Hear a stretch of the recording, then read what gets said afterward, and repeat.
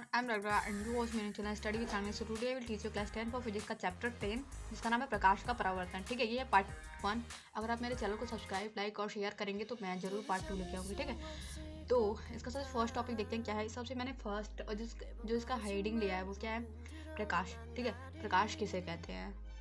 तो प्रकाश वह ऊर्जा है जिसके द्वारा हम किसी भी वस्तु को देख सकते हैं, प्रकाश कहलाता है। ठीक है, प्रकाश वह ऊर्जा है, ठीक है, जिसके द्वारा हम किसी भी वस्तु को क्या कर सकते हैं, देख सकते हैं, तो प्रकाश कहलाता है। ठीक है, तो मेरा नेक्स्ट टॉपिक है प्रकाश के गुण। तो प्रकाश में क्या क्या गुण होते हैं आइए देखते हैं किसे कहते हैं।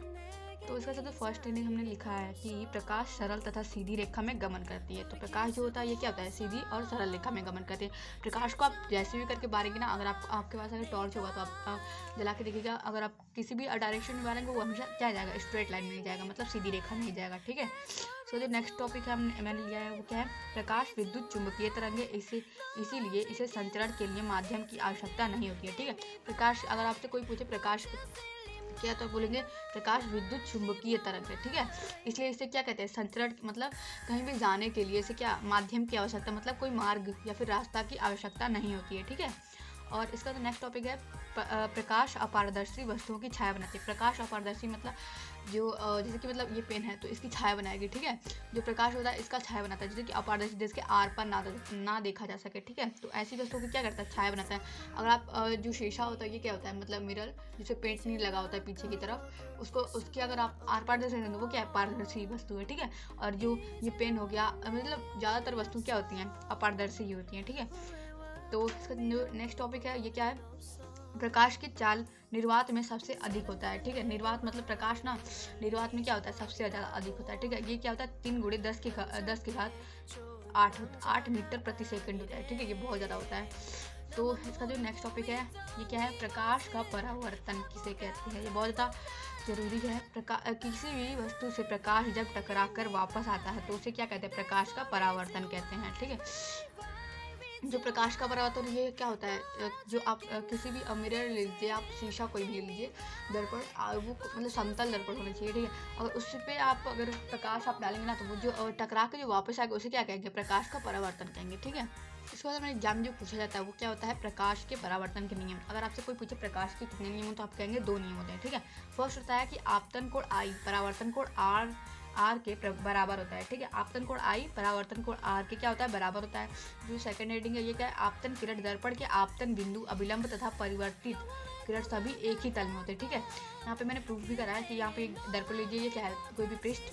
ठीक है, और यहाँ पे ये क्या है, अभिलंब, जो एक सीधी लाइन होती है इसकी क्या है, ये क्या है, अभिलंब है। और अब अगर आप आपतित किरण क्या है, आपतित किरण मैंने यहाँ पे बताया था, आपतित किरण आई। ठीक है, और जो परावर्तित किरण यानी यहाँ से अगर आप दर्पण पे यहाँ पे ये जो लाइट आई और फिर यहाँ से जो गुजर गई, ठीक है, ये क्या करेंगे, परावर्तन किरण। ठीक है, इसे किससे प्रेजेंट करते हैं, इसे आर से प्रेजेंट करते हैं। ठीक है, तो ये क्या होता है, परावर्तित सभी क्या होता है, एक ही तल में। देखिए सारा एक ही तल में। ठीक है, एक ही तल में यानी तल मतलब दर्पण, एक ही दर्पण में। ठीक है, सारा एक ही तल में वो क्या कहते हैं, गया है। ठीक है, इसके बाद नेक्स्ट टॉपिक है प्रतिबिंब किसे कहते हैं। ठीक है, तो प्रतिबिंब वहाँ बनता है जिस बिंदु पर कम से कम 2 परावर्तित किरणें प्रतिच्छेद होती हैं वहाँ या प्रतीत होती हैं। मतलब प्रतिबिंब किसे कहते हैं, किसी भी छाया या फिर इमेज जो हमारा होता है ना उसे क्या कहते हैं। जैसे कि आप अगर धूप में जाना, आपके पीछे जो क्या होता है, जो इमेज बनता है उसे क्या कहते हैं, प्रतिबिंब। और जो अगर हम फिजिक्स वाले लैंग्वेज में देखें तो क्या बिंब, किसी भी वस्तु के क्या बोलते हैं, बिंब बोलते हैं। ठीक है, इतना क्या है ये बिंब, और ये क्या प्रतिबिंब मतलब छाया या फिर इमेज। ठीक है, तो किसी प्रतिबिंब वहाँ बनता है जिस वस्तु पर कम से कम 2 परावर्तित किरण प्रतिच्छेद होती है, मतलब क्या टकराती हो तो या प्रतीत होती हो, तो वहाँ पे क्या बनता है, हमारा प्रतिबिंब बनता है। ठीक है, इस बार हमारा प्रतिबिंब कितने प्रकार का होता है, प्रतिबिंब 2 प्रकार का होता है। ठीक है, एक होता है वास्तविक, एक होता है अवास्तविक। ठीक है, तो हम नेक्स्ट पेज पे देखेंगे। सबसे पहले देखते हैं वास्तविक प्रतिबिंब किसे कहते हैं। ठीक है, जब किरणों के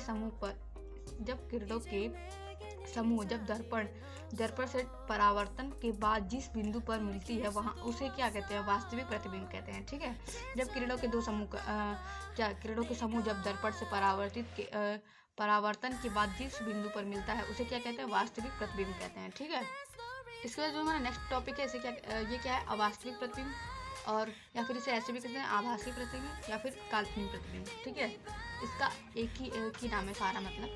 और क्या कहते हैं, इसका जो डेफिनेशन ये मैंने देखते हैं क्या है, ऐसे प्रतिबिंब जिसमें प्रकाशित स्रोत से आने वाली प्रकाश की किरण वस्तु से टकराने के पश्चात केंद्रित न होकर केवल केंद्रित हुई होती प्रतीत होती हैं। ठीक है, उसे क्या कहते हैं? अवास्तविक। मतलब कोई भी वस्तु पे अगर लाइट पड़ा तो क्या होता है, मतलब उस पर प्रतीत होगा। ठीक है, वो एक्चुअल में नहीं होगा बट प्रतीत होगा। ठीक है, तो उसे क्या कहते हैं? अवास्तविक प्रतिबिंब कहते हैं। ठीक है, इसके बाद में नेक्स्ट टॉपिक है वास्तविक प्रतिबिंब और अवास्तविक प्रतिबिंब में क्या अंतर। ठीक है, वास्तविक प्रतिबिंब को सदैव उल्टा होता है और अवास्तविक प्रतिबिंब क्या होता है? सदैव सीधा होता है। ठीक है, और इसे पर्दे पर प्राप्त कर सकते हैं। जो वास्तविक प्रतिबिंब होता है इसे क्या कर सकते हैं? पर्दे पे भी प्राप्त कर सकते हैं, और जो अवास्तविक होता है इसे पर्दे पे प्राप्त नहीं कर सकते हैं। ठीक है, उसके बाद नेक्स्ट टॉपिक है क्या? समतल दर्पण द्वारा प्राप्त प्रतिबिंब। ठीक है, समतल दर्पण द्वारा प्राप्त प्रतिबिंब ये क्या होता है? आभासी एवं सीधा होता है। और क्या होता है?